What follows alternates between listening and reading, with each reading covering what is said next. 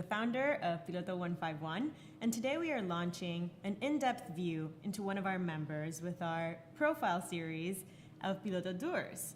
So today we are accompanied by a very special guest. His name is Chris Swain. Chris, welcome to our show. Thank you.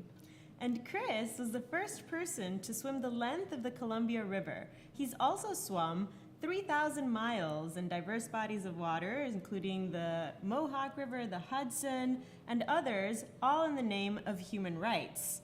Can you tell us more about what your causes are and what you've done? I think it probably starts back in my childhood. I was one of those kids who loved the water and didn't want to get out at the end of the day when my parents told me it was time to go at the beach. And I think in a way water stands in for those things that unite us, that we all share as part of our experience being on a water planet, and that in other facets like clean water, things that unite us because we all need them. And I think the human rights thing, you know, what does that word even mean? But to me, what it means is everybody deserves the same fair deal. And if it doesn't work for everyone, it doesn't work. And I think, you know, growing up in a family with siblings, you figure that out right away. Good luck giving something to, you know, your sister, but not the other sister, Sure. right? Yeah. Okay, so you have in many ways put your life in danger while performing these swims. Mm-hmm. You've swum through toxic waste material. How has that experience been? Do you think that by doing that you've raised enough awareness to become a change agent and see that change? Nothing changes unless someone's willing to put themselves on the line. So I don't set out to endanger myself. I don't say, oh, what could I do? I know I'll swim through great white shark habitat. I think what real love looks like, what real commitment looks like, is we do whatever it takes to offer ourselves in service of something that would make things better for everyone. So for me, that comes out as swimming because I'm a swimmer. But I think that the danger part is it's an attractive, fun part of the story to talk about. But I think it's not so much about that. I think it's about when you have it in your heart to do something from a deep place, you'll do whatever it takes. And I'm sure you understand this as a parent too. There's nothing you wouldn't do for your daughter. And you wouldn't think, oh, I'm doing a dangerous thing now. You'd be like, no, this is what love looks like. I'm gonna do whatever I have to do. So for me, it just comes out there. And whether it's clean water or highlighting the stories of refugees, or in this case, a friendship swim around Puerto Rico, it's not so much about the risks that I'm taking as the offering that I'm making. I'm willing to offer myself and put myself on the line so that I can share people's stories and experiences with the world who ordinarily we would never know about, right? So you mentioned the friendship swim around Puerto Rico. Tell us a little bit about this. You, as I understand it, are going to be the first person to swim around the entire island. And you're doing this for a very specific reason. Tell us how you came to Puerto Rico, what happened that propelled you and motivated you to swim literally around the entire island and be the first person to do so. Well, it was not to be the first. I think it's just that, you know, there's a good reason no one's ever done that, right? Okay, tell us about that. Okay, so I first came to Puerto Rico, I think 2 years ago, just on a vacation like many people. Okay. I'd always been curious, and I think as a swimmer, I had, you know, swimming in a bio bay on the new moon on my bucket list, this kind of thing. Awesome. Fun to snorkel, scuba dive, all that. But it was sort of from a tourist thing. I mean, to be fair, I did know Puerto Rico was part of America. I could find it on a map. I knew I didn't need a passport. Like, you know, I was sort of further along. Right, Okay. check. Great. I wanted to come and have that experience. And then after the hurricanes, it occurred to me as someone who was working in the refugee space and swimming in support of telling those stories, that you had all these internally displaced folks here on the island and facing many of the same issues. That's true. So in the refugee context, what we always remind people is nobody chooses to be a refugee. Nobody chooses to be displaced. No one says, you know what my dream Absolutely. is? My dream is a huge storm comes and wipes out my life and my home and my work as I know it. That's my dream. And then I have to find a new start for my family. No one has that dream. Absolutely. And then the question is, when that happens, to someone. As it did to thousands of Puerto Ricans on the island in the aftermath of the hurricane. Can we, in those moments, open our hearts to those people that happens to? Because it could have been us, right? That wasn't a choice. And say, how can I help? Because that could happen to anyone. So what I started to realize is I didn't have a sense too much of what was going on. So I wanted to come after the hurricane, talk to people, get a sense of it. And what did you find? What I found was that some of the stories had been told pretty well in the media on the mainland in terms of the stories of devastation and the stories of the out-migration and this kind of thing. But I also found that there were narratives that were less than helpful, that some of the government narratives that we are being sold. And what I realized was the parts that were hitting me in the heart were any time an actual person from Puerto Rico told their story, testified about their actual experience. So I wanted to come and meet more of those folks. And what I realized was not enough of the stories of people who live here, who stayed here, were getting told on the mainland. So average people in the mainland didn't have enough touch points to relate to what average people here are doing. And what occurred to me when I was here is I remembered in elementary school, when we're studying, let's say, the westward expansion on the mainland and all this stuff, we were sold a story about the myth of the American. And the American is a survivor and hardworking, and they'll do anything for their family and their neighbors and their community, and nothing will stop them, right? They'll work as hard as they need to bootstrap out of anything. And I thought, okay, that's what we were told the ideal American was when I was little in school, right? Then you come to Puerto Rico and you think, if you are still in Puerto Rico, you are that person. You are a survivor. You are working like crazy. You will do anything for yourself, for your family, and all. You are, in a way, resilience. It's a story of resilience, but it's an American story. In a way, you are living out the actual American myth. You are more American than the mainland because they haven't been pushed that hard usually. So I thought, well, that's an interesting story, and the nice connection there is sometimes we forget, because it's a territory or whatever, that hey, we're one family, we're one nation, we're one people, we're all fellow citizens. So what are you swimming for? What's the cause? Are you going to be raising funds? What does this look like? How many days is it going to take you to swim around the entire island? So a bunch of questions there. What this looks like to me is a relationship problem, that the way we see on the mainland, the way we see Puerto Rico, the lens isn't helpful. We don't have enough contact with actual people and actual stories. So the first thing it looks like is an opportunity to ask the people of Puerto Rico to share their stories, to share their work, to share their hopes and dreams with me and my team, so we can share those with people on the mainland and the world through the Book of Friendship, through the documentary we're doing, through the social media we're working. In terms of the swim itself, it's a friendship swim, because I think what real friendship looks like is when there are people in your circle, in your family, in your community, which we are one community, whether we recognize that or not as Americans, right? What that looks like is total commitment. Real friendship, you don't give up. You say, you know what, I'm gonna stick with you the way I hope you would stick with me if something happened to me, till we're all back in a solid place. So what I can do, since I'm a swimmer, is offer myself. And I'll say, I can swim around this island. I can risk my life and my body to create a platform to share your stories, your experience, and your work and your dream for Puerto Rico with the world, and also invite the world to come, because the magic and beauty of Puerto Rico are something that everyone deserves to experience.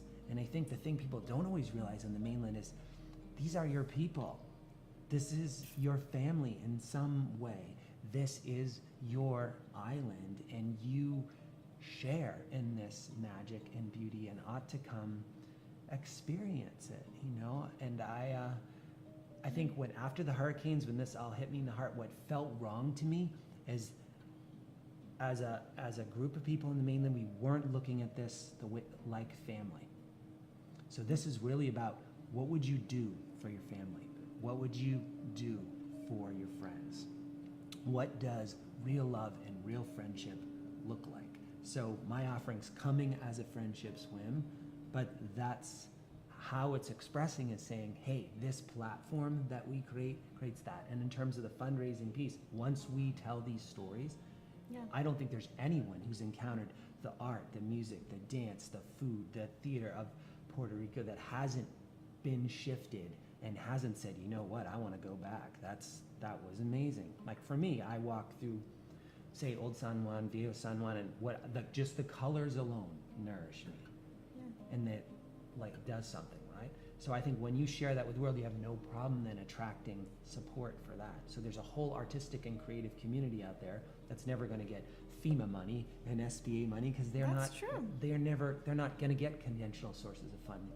But some of what we understand the essence of Puerto Rico to be, which is beauty, which is magic, they are creating that. And people who are working hard to protect the natural beauty, the waters and the environment of Puerto Rico, again, not in line for conventional sources of funding, but deserve that. So what we hope to do is raise money for the people who are creating. For the creative economy. Yeah, but also who are creating the beauty and protecting the natural beauty of Puerto Rico so that there can be some sort of, the beauty and the artistic revolution that's part of it too. Because it's one thing to get the lights back on, and we all need that, and to get the clean water flowing again, to get the gas at the gas stations and the rest of it. But those aren't the things that people come here for. What makes the beauty and magic of Puerto Rico isn't just that the supermarket's open. Sure. It's that it's what the art and the culture that's being created here is what makes the magic. And so in many ways you want to showcase Puerto Rico so more people come down with their dollars and spend some time and understand what Puerto Rico is about, what our culture is about, and contribute to the economy in that way, right? 1 year after Maria, we really need to think about not the immediate relief efforts right after the hurricane, which were of course enormously important, but also how can we continue to move forward and drive the economy and really create the space for people to also come down and contribute with their dollars to our economy. But what's going to make people come down is the beauty and the magic, right? So part of what we want to do is showcase that. So I would invite any artist, any creative, any poet, any writer, anyone here who's part of that economy, who's creating something, anyone creating in the food space, any of these creative spaces that make some of the magic here, to come toward me and my team, share your work, share your stories, and we will share those with the world. And Puerto Rico's magic and beauty will sell itself there. And the other thing I would say is, so if people want to get in touch with you, right? So artists, creatives, anyone on the island that wants to support what you're doing and be a part of this platform that will be showcased in the entire world internationally, what do they do? How do they get in touch with you? Easiest way probably would be Facebook. So you could go find our page. So it's Puerto Rico Friendship Swim, Nadando para la amistad. Okay. And then you can message straight through there. And that's a good touch point, a good place to begin. Okay. Also, you can come find me at Piloto and Viejo San Juan. Okay, great. And in terms of your actual swim, the number of days, what are you going to be doing there? 70-something days of swimming, 6 hours a day. That's a lot of days. That's a lot of days, but it's a complicated ocean swim. Okay. And then it'll. What are some of those dangers? I think they go into probably 3 areas. So the natural hazards, like you got to deal with tide, wind, currents, the rest of it, right? Then there's the wildlife, right? And there's things in there that can hurt you, right? Sharks. There's sharks, there's jellyfish, there's all kinds of stuff like that. And our team's used to dealing with that. Then there's the logistical piece of it, which is there's things you can't control, like the weather and whatnot. The way the prevailing winds and the currents are in Puerto Rico, you can't swim in a circle around Puerto Rico because you can't swim That's interesting. So you're not going to really swim around. What is it going to look like then? It's going to look like when you draw a heart when you're a little kid is what it's going to look like. Because that's very fitting for and this swim. I guess if you decided to put So you're if gonna you started in swim one Fajardo side and you first. drew a heart around the island, you could do it because then you'd be with a prevailing wind along the north coast and then down, and then same thing there. You'd have to go south, past Culebra, Vieques, all that, and then you can go that way along the Caribbean. So it's going to end up being like that. And the funny thing is, the original concept was, when we were thinking about friendship and love and reaching out, it's like, how do you metaphorically otherwise put your arms around Puerto Rico? Because what we all need in the moments when we never expected to be knocked off our feet and end up on our back is we need someone to reach out. You need someone to reach out the hand of friendship. You need someone to really embrace you and your situation and say, what can we do? And how can we, what's your dream for this place and how things turn out, so we can get, so something beautiful can come of it, even if we're going through hardship together. And I would say this too, like at this age, and as I'm 50 this year, and I think about it, we talk all the time about all kinds of things and get in our heads as human beings, but I believe deep down we're many things, but one of the things we are is creatures of connection. And my children remind me of that every day. So whatever anybody wants to do and whatever their success markers look like, I think a part of all of us wants to make meaningful, deep connections with each other. We want to let ourselves show each other our gifts and our hopes and desires and dreams for ourselves and for the world. And those are the things that really interest us the most when we talk to other people. And what I'm saying is, I don't know what the hopes and desires and dreams of the people of Puerto Rico are, but I do know that I want you to share those with me in the spirit of friendship, and I will share mine with you, and I can take your hopes and desires and dreams to the world if you want. I can share those, and I think it's time that those were shared. Lots of people have had dreams for Puerto Rico. I think it's time that we heard from the people of Puerto Rico about what their hopes and their dreams are. So it's fine to talk about what beauty looks like and what friendship looks like, but people of Puerto Rico, what do those things look like to you? That's amazing. Chris, thank you so much for your time. You're welcome. And for your story and for your courage to swim around the island, and also for your support of the creative community and our culture. Also very important. So everyone, let's thank Chris Swain for being here today, and we can't wait for you to start your swim. When is that going to be? Late January, early February, it looks like, when we talked to the Coast Guard. So they said it's probably going to take, they said if you want 75 days that are swimmable, you probably need to block out 150 days. So their advice to me was, get it done before July. So we will all certainly be on the lookout for Chris's swim around the island. And again, you can find more information about Chris and his friendship swim in Facebook. Yeah, Puerto Rico Friendship Swim, Nadando para la amistad. Puerto Rico Friendship Swim, Nadando para la amistad. Thank you so much, Chris. Thank you.